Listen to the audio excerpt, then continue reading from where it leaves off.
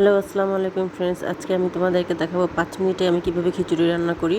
তো ফার্স্টেই দেখো আমি চাল ধুয়ে নিয়েছি, এরপরে হচ্ছে মুগ ডাল হাফ সেদ্ধ করে নিয়েছিলাম।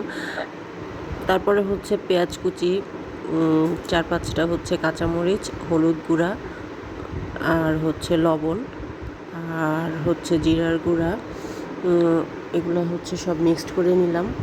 মিক্সড করে নিয়ে তেল দিলাম, তেল দিয়ে আমি হচ্ছে চাল যতটুকু দিয়েছি সেভাবে মেপে পানিটা গরম করে নিয়েছিলাম। তো গরম পানিটা মিক্সড করে দিলাম, একটু আদা রসুন বাটাও দিয়েছিলাম। তো যাই হোক, সব কিছু মিক্সড করার পরে আমি চুলায় বসিয়ে দিলাম, বসিয়ে দিয়ে এটাতে ঢাকনা দিয়ে দিলাম। 5 মিনিটের মধ্যেই এটা সেদ্ধ হয়ে যাবে, কোনো ঝামেলা ছাড়াই।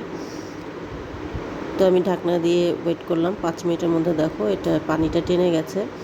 পানিটার পরিমাণটা আরেকটু বাড়িয়ে দিলে ভালো হতো, জাস্ট একটুর জন্য একটু শক্ত রয়ে গেছে, তো সমস্যা নেই, আমি একটু ভাপে বসিয়ে দিচ্ছি। 2 মিনিট ভাপে থাকলেই সেদ্ধ হয়ে যাবে। আর এরপরে আমি দিয়ে দিলাম হচ্ছে ঘি 1 চামচ। এই দেখো 5 মিনিটের খিচুড়ি আমার রেডি হয়ে গেছে। এটা ঠান্ডা হলে আরও ঝরঝরা হয়ে যাবে। এই যে দেখো ঠান্ডা হয়েছে, আমি এখন খাচ্ছি।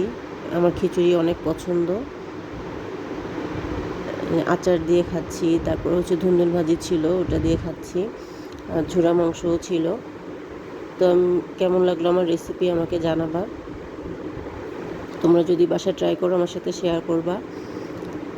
আমার ভিডিওগুলো ভালো লাগলে শেয়ার করে দিও, লাইক করে দিও, আমার জন্য দোয়া করো। সবাই ভালো থাকো। আজকের মতো এখানেই শেষ করছি। আল্লাহ হাফেজ।